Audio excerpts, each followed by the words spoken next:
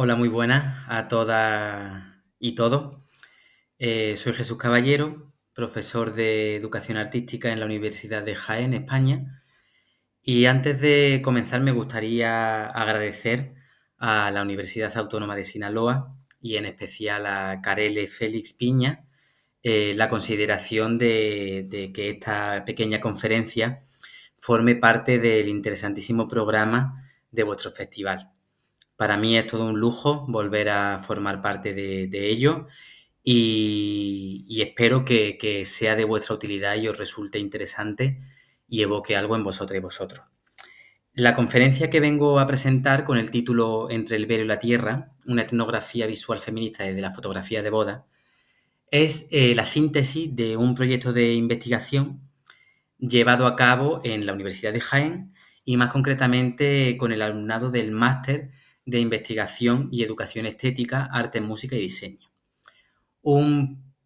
máster en el que trabajamos fundamentalmente a base de proyectos reales con comunidad y con colectivos y que dan lugar a resultados tan interesantes como el que vengo a presentar hoy con esta pequeña conferencia. Este proyecto tiene como principal fundamento una serie de cuestiones que, como ya se pueden intuir en el título, tienen que ver con la realización de una etnografía dentro de un contexto que es un contexto rural en una pequeña provincia de España, en Jaén, y más concretamente en Martos, un pueblo de 25.000 habitantes. Tiene que ver también con el concepto de memoria, una idea muy presente que como docente e investigador trabajo y desarrollo, no solo a nivel particular, sino con el alumnado por una serie de cuestiones y de acontecimientos que se están dando en la generación contemporánea que indica una falta de memoria en las nuevas generaciones. Tiene también que ver con un feminismo en el que se pretende destacar el papel de la mujer en los contextos rurales, tal y como se ha llevado a cabo en otra serie de trabajos y de proyectos de investigación dentro de la Universidad de Jaén. Tiene que ver, por supuesto, con la investigación y tiene que ver también con la educación. Ya digo, como un compromiso personal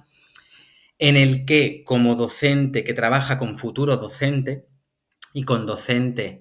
que van a utilizar la arte como vía de investigación, como vía de comunicación y como vía de expresión, considero muy interesante el recuperar y el indagar sobre la memoria y sobre lo que ha sucedido en nuestras generaciones anteriores para obtener una serie de derechos y una serie de avances sociales que hoy día podemos disfrutar gracias a la lucha de estas generaciones anteriores. Como ya digo, el elaborar una etnografía que tiene que ver con la memoria y todo ello utilizando únicamente la fotografía de boda como recurso visual y como operador visual para la investigación, tiene de fondo un contexto y un preámbulo que es el que vengo a presentar y el que vengo también a defender como docente y como investigador. Una de estas referentes en este contexto social y cultural dentro de la era digital es Maruja Torres, una periodista de alto impacto en el siglo XX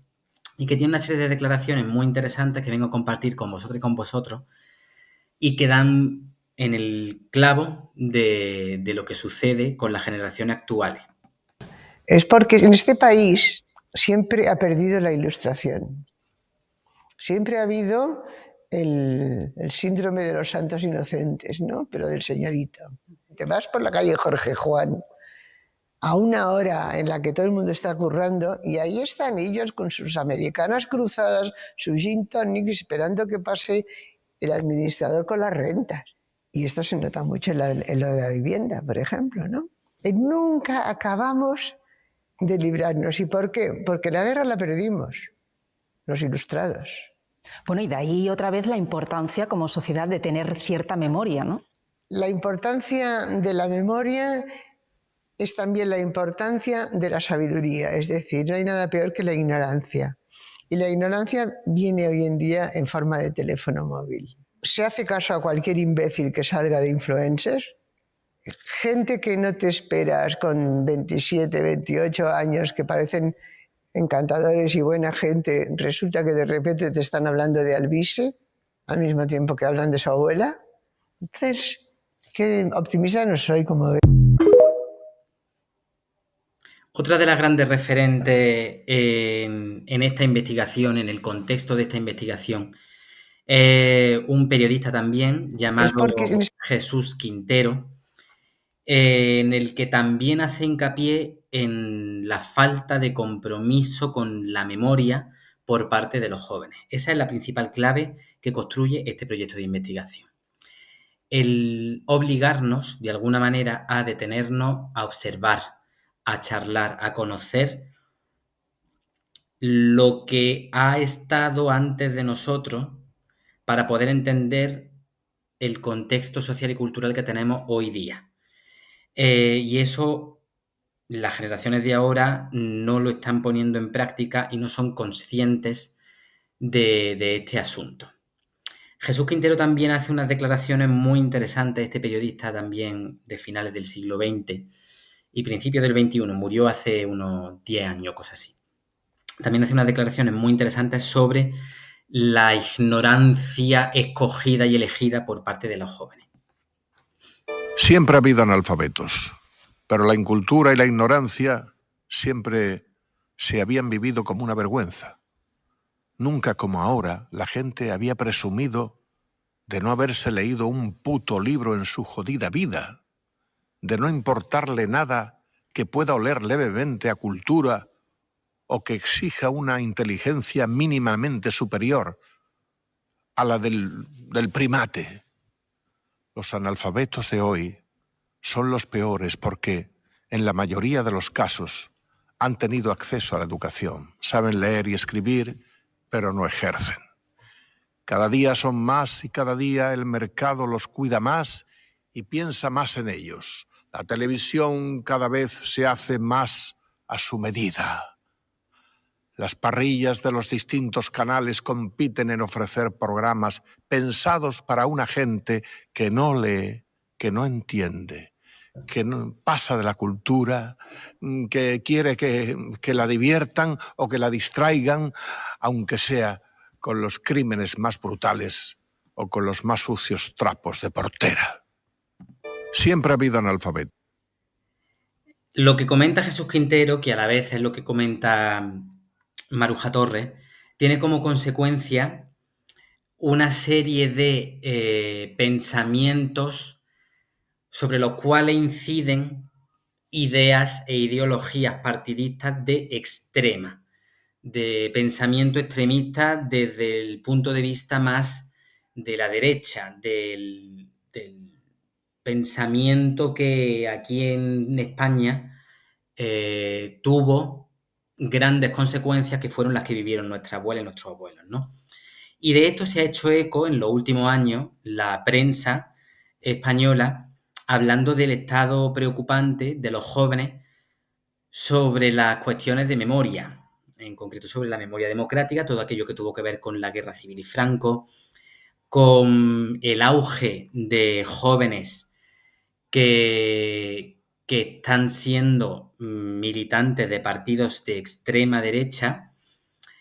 y de cómo esto alimenta este tipo de pensamientos que tienen como causa una falta de memoria, alimentan delitos de odio como los que tienen que ver con el colectivo LGTB o como los que tienen que ver con los feminicidios y con el trato a las mujeres que tanto trabajo costó el acercarnos un poquito a la igualdad de derechos entre hombres y mujeres. Termino esta contextualización acerca de la importancia de la memoria y del estado actual de la cuestión en relación a los jóvenes con otra declaración de Maruja Torres que también tiene que ver con todos estos asuntos. Gente, vendiendo eso como lo más moderno. Y como no hay memoria, cada 2 o 3 generaciones hay un país, una sociedad que se suicida, porque han olvidado lo que les pasó. Y eso pasa en muchos países. Está pasando ahora en muchos países, ¿no? Entonces, ¿qué pasa? Que la gente joven, si no se ha nutrido, bien nutrida, desde casa y desde la escuela, con cosas... Hay mucha gente joven, yo conozco, de los que van a manifestaciones, de los que están... Pero luego hay una gran masa que no tiene nada entre las orejas. Y eso se llena con mierda con una facilidad espantosa. Claro, porque no hay nada más fácil que las moscas vayan a la mierda. Mucho más que vayan a la miel, gente. Este asunto Pero que comenta Maruja Torres, también el que comenta Carla Antonelli, que es una política, una figura política, mujer transexual además, acerca de la importancia de la memoria, ¿no? Y es que hay un gran error en nuestra naturaleza humana, y es que las conciencias son muy frágiles y las memorias también. Con esta idea es con la que debemos de empezar a contar nuestra historia, tanto a nivel particular como a nivel etnográfico, antropológico y social como comunidad. Y debemos también de utilizar de manera positiva esto que también comentaba Maruja Torres en el primero de los vídeos, ¿no? El uso de las nuevas tecnologías, pero desde la reflexión, desde la investigación y desde la conciencia crítica, no como sujetos pasivos que consumen y que generan un contenido vacío, sino que debemos de utilizar los medios de comunicación a nuestro alcance, el teléfono móvil, las redes sociales, como una herramienta que nos permita comunicar instantáneamente, pero reflexionando. Y ese es también uno de los grandes principios de este proyecto y de todos los proyectos que se llevan a cabo, que llevamos a cabo en nuestro área de educación artística, ¿no? Es utilizar los medios, utilizar la creación y la creación instantánea o inmediata, en el caso que se utilice, desde una perspectiva crítica y reflexiva. Y de esta misma idea, que también hay referentes desde el mundo del arte, es desde la que parte y bebe el proyecto que presentamos, que es Entre el Velo y la Tierra, que tiene que ver, como hemos dicho, con la memoria, por supuesto, que tiene que ver también con la identidad como pueblo, como comunidad rural, y que intenta rescatar y contar nuestras historias precisamente para que no caigan en el olvido, ¿no? Y desde la arte se han llevado a cabo también proyectos que tienen una conexión directa con nuestra propuesta, y es el proyecto de 1000 fotografías de amor, en el que el Centro de Arte Contemporáneo de Torre Blasco Pedro de Jaén inauguró este edificio y este centro con una exposición en la que rescataba fotografías de boda del pueblo de Torre Blasco Pedro desde finales del siglo XIX hasta la época en la que se inauguró este centro, el principio de los 2000. También hay un documental que se llama Novias del Sur, que es un documental, una pieza audiovisual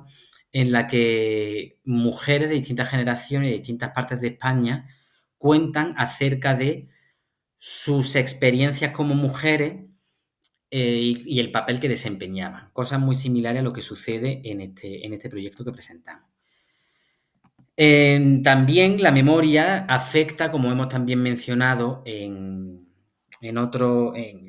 la cuestión de los delitos, ¿no? De la falta de memoria y del pensamiento de extrema afecta a las personas. Cómo trabajar el concepto de memoria con las minorías hace que podamos ser conscientes y hagamos también política de nuestra historia, de nuestra experiencia y de los derechos sociales que se han conseguido gracias a la lucha de personas anónimas que normalmente suelen venir de contextos rurales. Y es así como nace el proyecto Orgullo Rural de la Diputación Provincial de Huelva, otra ciudad de España, el Orgullo de Pueblo, de una marca de whisky que se llama JB, que es una campaña de marketing, que no vamos a entrar en ese campo, que también daría para investigar y para hacer una crítica constructiva del asunto. También proyectos como el llevado a cabo también por el grupo de aquí de la universidad, de Mariquita de Pueblo, una investigación artística contra el olvido y recuperación de la memoria LGTB en la provincia de Jaén, y que rescata a personajes que han sido cruciales y decisivos en nuestro contexto, no solo provincial, sino también andaluz, en torno a los derechos sociales alcanzados por estas personas que son de la comunidad de Jaén y que nadie había todavía rescatado su historia. Y a nivel también social, desde otros ámbitos como el feminismo, existen proyectos como el de Cartografías Textiles, un proyecto mundial dirigido por la profesora Teresa Essa de Portugal, de la asociación APEC, y que ha movido alrededor del mundo espacios de encuentro, normalmente entre mujeres, en el que la costura y la labor del tejer, de lo textil, son la excusa para el encuentro entre estas personas que permite, a su vez, intercambios generacionales de experiencias y que también proporcionan objetos artísticos y exposiciones y encuentros a través del arte, pero que el principal factor es el encuentro y el diálogo y la relación entre las personas. Todo esto que he contado es el contexto desde múltiples ámbitos, desde el concepto y el discurso que este proyecto persigue, así como la parte más artística, ¿no? que es esa parte de relación del utilizar las herramientas artísticas y audiovisuales como herramientas políticas para la recuperación de la memoria de ese concepto y discurso, y que continúa a su vez con otra referencia que es la de Ricard Huerta, un investigador de la Universidad de Valencia, que habla de la fotografía, el videorrelato y la exposición artística como herramientas para la preservación de la memoria. Concretamente, se refiere al álbum familiar como un relato visual de vida en el que nos permite hacer un registro que no se podría hacer de otra manera. Es decir, la fotografía familiar, el álbum familiar, es la única cosa tangible que permanece cuando las generaciones pasan, ¿no? Y todo lo que contiene esa fotografía, esa serie de imágenes, todo ese material visual, es el que nos permite también preservar las historias que cuentan. Entonces podemos utilizar los medios digitales y audiovisuales para completar ese discurso que la propia imagen en sí misma no habla.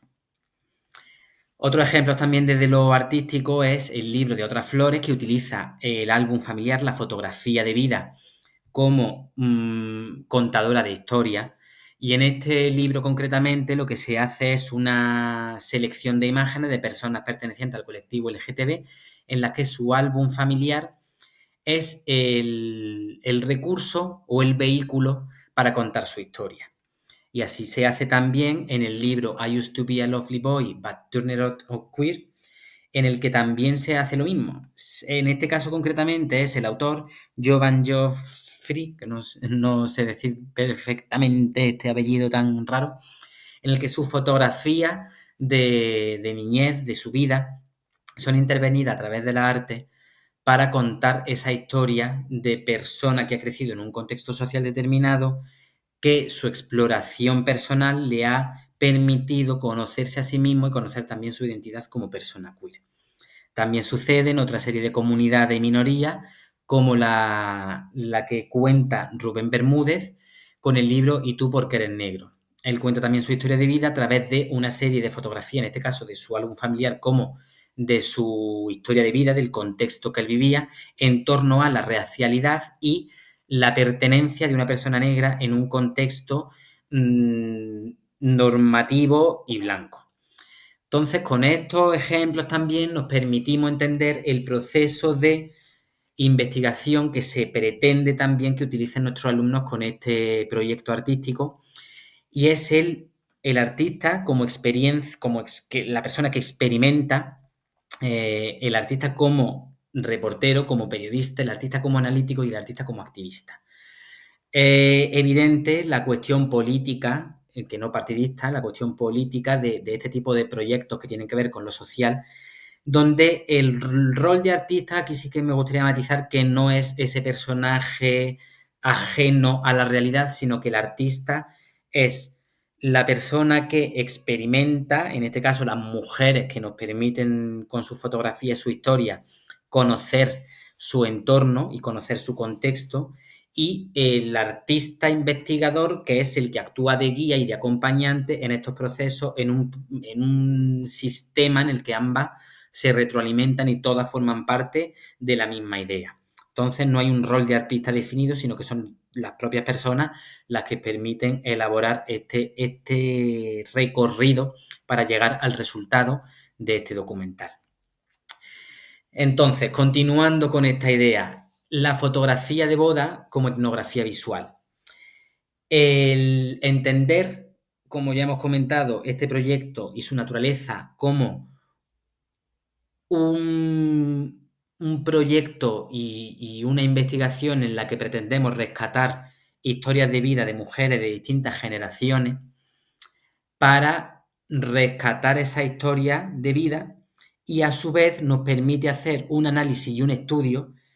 de las diferencias entre las generaciones, todas ellas en torno a una misma idea y un mismo operador visual que es la fotografía de boda. Entonces, todo esto nos permite hacer una definición concreta de la etnografía visual como un método para recopilar, analizar y presentar información sobre las percepciones y las realidades de las personas que en lugar de depender únicamente de notas de campo escritas y entrevistas verbales, incorpora las imágenes, los vídeos, la fotografía como medios visuales y herramientas de investigación. Como hemos comentado antes, utilizar la fotografía como un vehículo que nos permite conocer elementos e ideas que de otra manera no serían posibles conocer. Y esta comparativa visual entre distintas generaciones tampoco sería posible si no utilizásemos la fotografía. En este sentido, la etnografía visual nos permite la recolección de datos visuales, el análisis visual, la presentación visual y la perspectiva participativa. Todo esto tiene que ver con este recorrido que hemos visto antes, esta línea de tiempo que hemos visto antes, en el que investigadores y sujetos investigados, entre comillas, forman parte de un mismo conjunto en el que a través de las fotografías, las grabaciones, los documentales, se analizan y se identifican patrones, significados, símbolos y narrativas que no serían visibles si no se hubiera utilizado estas herramientas visuales para contarlas. Como resultado de todo esto, salen, además de estos patrones, de estos roles que vamos a analizar después con las conclusiones que han surgido de todo esto, nos permiten generar productos artísticos y audiovisuales que en este caso concreto son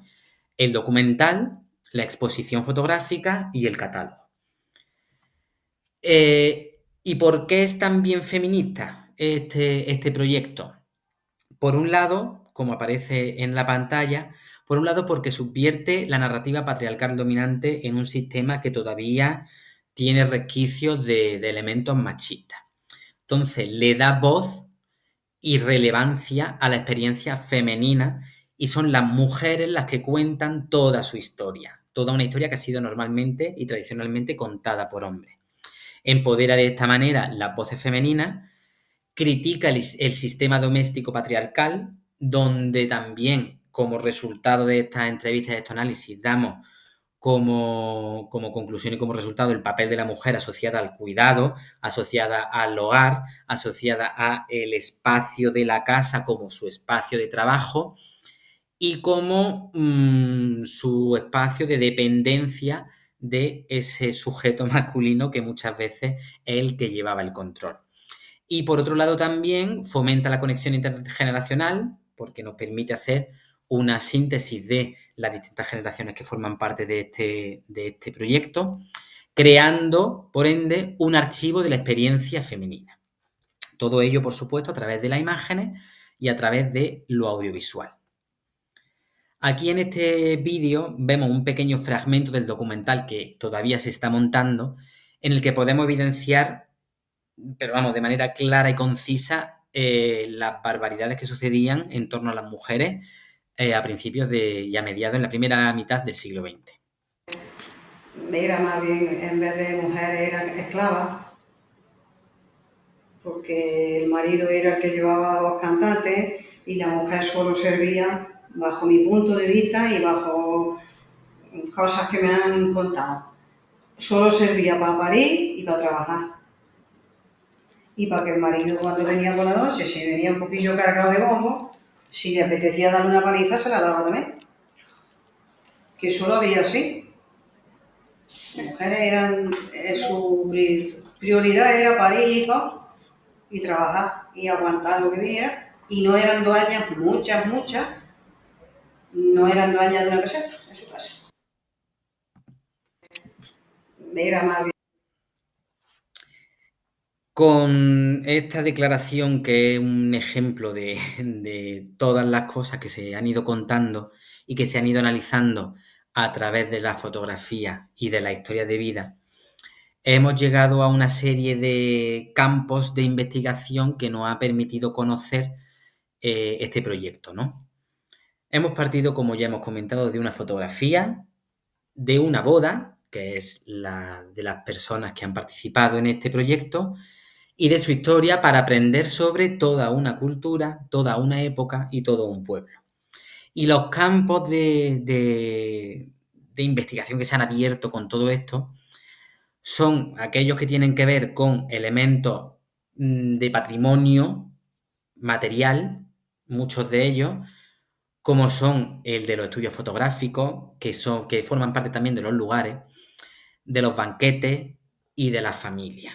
Hasta aquí vamos a dejar ese patrimonio material, en el sentido de que nos hablaban muchas de ellas y hemos empezado a tejer una red en la que hemos descubierto, no olvidemos que formamos parte en este proyecto de un contexto rural que es Marto, de la provincia de Jaén. Entonces hemos descubierto, las generaciones que hemos realizado este proyecto, acerca de estudios fotográficos que ya no existen, de fotografías de distintas bodas que tenían el mismo fondo, el mismo escenario, el mismo set de fotografía y que tenían que ver pues con una serie de estudios fotográficos que eran los únicos que existían en este pueblo para las bodas. Luego también con los lugares donde se casaban, ya no solo los lugares de celebración que tienen que ver con los banquetes, que ese ritual también ha cambiado mucho, los lugares donde se celebraban estos banquetes, que eran 2 salones concretamente nada más, la comida que se servía en esos lugares también era muy distinta, y luego también los lugares físicos de patrimonio religioso, de iglesia y lugares donde se oficiaban estos rituales del casamiento. Y por otro lado está el patrimonio inmaterial, que es el patrimonio humano, que tiene que ver con el modo de vida, con los roles de género, el ajuar, la maternidad, la sexualidad, los roles que ocupaban las mujeres en la casa y todo lo que sucedía en el día a día de todas estas mujeres. Estas 4 que veis en la pantalla son las que han participado con su cara en el documental: Marina, Mercedes, Antonia, Julia, y son estas 4 las que nos han permitido dar voz y nombre a toda una serie de personas que no han querido participar, y vamos a respetar, por supuesto, su decisión, y que siguen compartiendo todos estos roles, ¿no? Y ya digo, esto es el documental, pero a su vez la fotografía son de 50 bodas distintas, de 50 mujeres distintas y de épocas que algunas son de la misma década y otras no, que van desde finales del siglo XIX, que nos las cuentan su hija y sus nietas, hasta finales de los 80. Con todo esto se está tejiendo todavía todo este documental, toda esta exposición, pero que no ha permitido obtener una serie de conclusiones que son muy interesantes para las generaciones de ahora, para la mía y para las que han venido después, para conocer acerca de su pueblo, de su patrimonio y del papel social que ocupaban las mujeres en este contexto, en estas décadas. Sin más, espero que os haya gustado este proyecto. Cuando tengamos resultados los compartiremos con todas vosotras y todos vosotros para que podáis también formar parte de ello. Y cualquier cosa, estoy a vuestra disposición. Muchísimas gracias.